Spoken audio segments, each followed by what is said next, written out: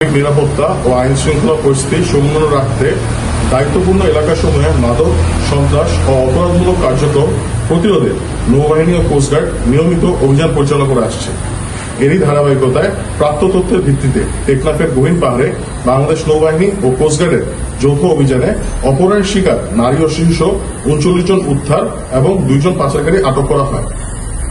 গতকাল ২/১০/২০২৫ দিবাগত রাতে টেকনাফ উপজেলার ভারছড়া ইউনিয়নস্থ কচ্ছপিয়া পাহাড়ের গহীনে একটি সংঘবদ্ধ অপহরণকারী ও মানব পাচারকারী চক্র কর্তৃক মুক্তিপণ আদায় ও বিভিন্ন প্রলোভন দেখিয়ে মালয়েশিয়ার পাচারের উদ্দেশ্যে নারী ও শিশুসহ বিভিন্ন শ্রেণীর মানুষকে আটকে রাখার সংবাদ পাওয়া যায়। সংবাদ পাওয়ার সাথে সাথে দ্রুততম সময়ের মধ্যে নৌবাহিনীর বিশেষায়িত ফোর্স, সোয়ার্ডসের কমান্ডো দল সহ কোস্টগার্ডের আবাসনিক দল ঘটনাস্থলে পৌঁছে যায়। এ সময় মানব পাচারকারী চক্র সদস্যরা আভিযানিক দলের উপস্থিতি টের পেয়ে পালিয়ে যাওয়ার চেষ্টা করলে তাদের ধাওয়া করে ঘটনাস্থল থেকে ২ জনকে আটক করা হয়।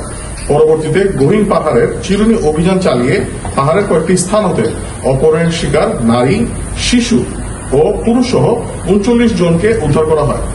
উদ্ধারকৃতদের মধ্যে রয়েছে ১৮ জন রোহিঙ্গা নারী, ১১ জন রোহিঙ্গা পুরুষ, ৮ জন রোহিঙ্গা শিশু এবং ২ জন বাঙালি পুরুষ। উদ্ধারকারীদের ভাষ্য মতে জানা যায়, পাহাড়ের একটি সংঘবদ্ধ মানব পাচারকারী দল বিভিন্ন সময় প্রলোভন দেখিয়ে অস্ত্রের মুখে জিম্মি করে তুলে এনে গহীন পাহাড়ে আটকে রাখে। আটকে রাখাদের মধ্যে কারো কারো কাছ থেকে মুক্তিপণ দাবি ও বিদেশে প্রেরণের কথা বলে বিপুল পরিমাণ অর্থ হাতিয়ে নেয় চক্রটি। উদ্ধারকৃত ভিকটিমদের পরিবারের নিকট হস্তান্তর এবং আটককৃত মানব পাচারকারী চক্রের সদস্যদ্বয়ের বিরুদ্ধে পরবর্তী আইনানুগ ব্যবস্থা গ্রহণের কার্যক্রম প্রক্রিয়াধীন রয়েছে।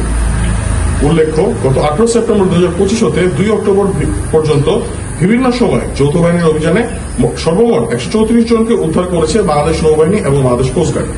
বাংলাদেশ নৌবাহিনী তার দায়িত্বপূর্ণ এলাকাসমূহে মানব পাচার চোরাচালান সহ যেকোনো ধরনের অপরাধ নির্মূলে নিরলসভাবে কাজ করে যাচ্ছে এবং এ ধরনের অভিযান অব্যাহত থাকবে।